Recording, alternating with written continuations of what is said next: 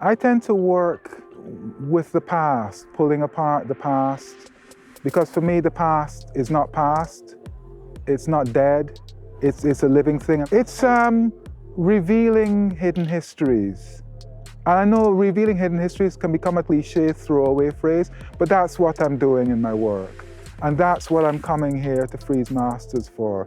And when I'm walking around the fair, I'm actually making work. I'm looking at work, I'm taking it in, appreciating it, but also making work in my head and destroying work and saying, well, that doesn't work, that doesn't work. And I will leave the art fair going, well, that might work, you know? I treat it like a museum of the recent past and the distant past.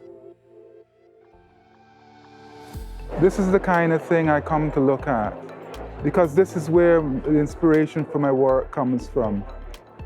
I like the fact that it's a generic shape conquistador helmet. Of course, it's not that. It's reminiscent of that. It's a beautiful object, but it's about power, it's about protection, it's about control.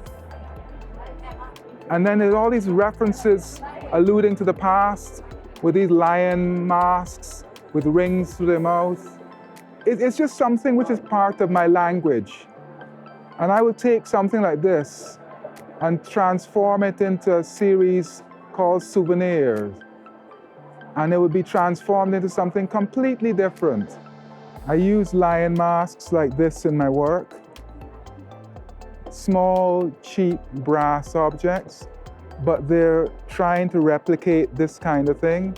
They represent trying to be something that it's not. This is trying to present as something classical and Roman when it's not. It's an illusion. And I'm a big fan of illusion. Donald Locke is an artist who lived from 1930 to 2010, died just before his 80th birthday. I was at art school in the 1980s, and then I went to see this work in a show called The Other Story at the Hayward Gallery, an iconic show. And that was the first time I realized that my dad was actually good, you know, like really good. Because I understood what these figures were about then, this Plantation Series. Because for me, well, it was about many things, but about being black in Britain in the 70s, which was not an easy gig, but also very much about the plantation system. So when my father would come to Guyana for visits, we would go out to the sugar plantations.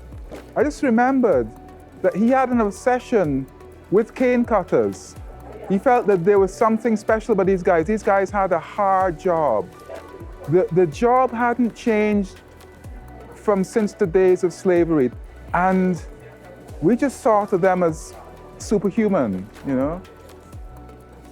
Obviously, the days of slavery had long passed, and these were valued workers, but still, they were an underclass. It was tough, you know, it's a tough.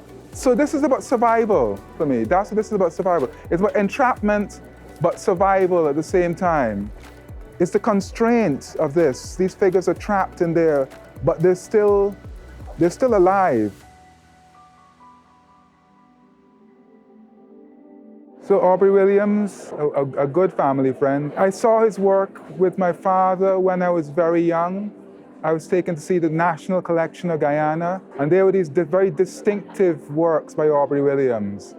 And they're part of me, part of my DNA. I look at them and I see Guyana.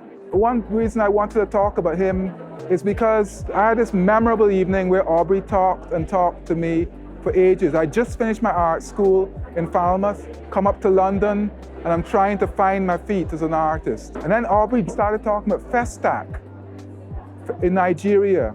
And as a result of that, I have an exhibition just about to open at the British Museum, which is one piece is directly inspired by this conversation I had with Aubrey, but that stuck with me forever. I'm surprised at how difficult I'm finding it to talk about this work. But as I'm talking to you, I'm looking out the camera. There's a Shostakovich behind me, but what you guys are not seeing is the work I'm looking at. And I'm looking at this work and thinking, I understand that on a very fundamental level. I'm seeing creeks, but creek water, you have to understand, is a bit like Coca-Cola. When it's a thin layer of Coca-Cola, it has a particular color. When it's deep, it's dark and black. So I'm looking at creeks, I'm looking at jungle, I'm looking at bush. I'm talking about this work in a very personal way, but I keep forgetting people are looking at an abstract work. Whereas for me, this is not abstract. And this work is trying to conjure up an experience, an emotional feel. I sometimes even wonder if there is such a thing as abstraction, because this work is highly emotive. It comes from the thing which is at the back of Guyana. In our psyche, there's an Amerindian presence, an indigenous presence. And I see Amerindian petroglyphs.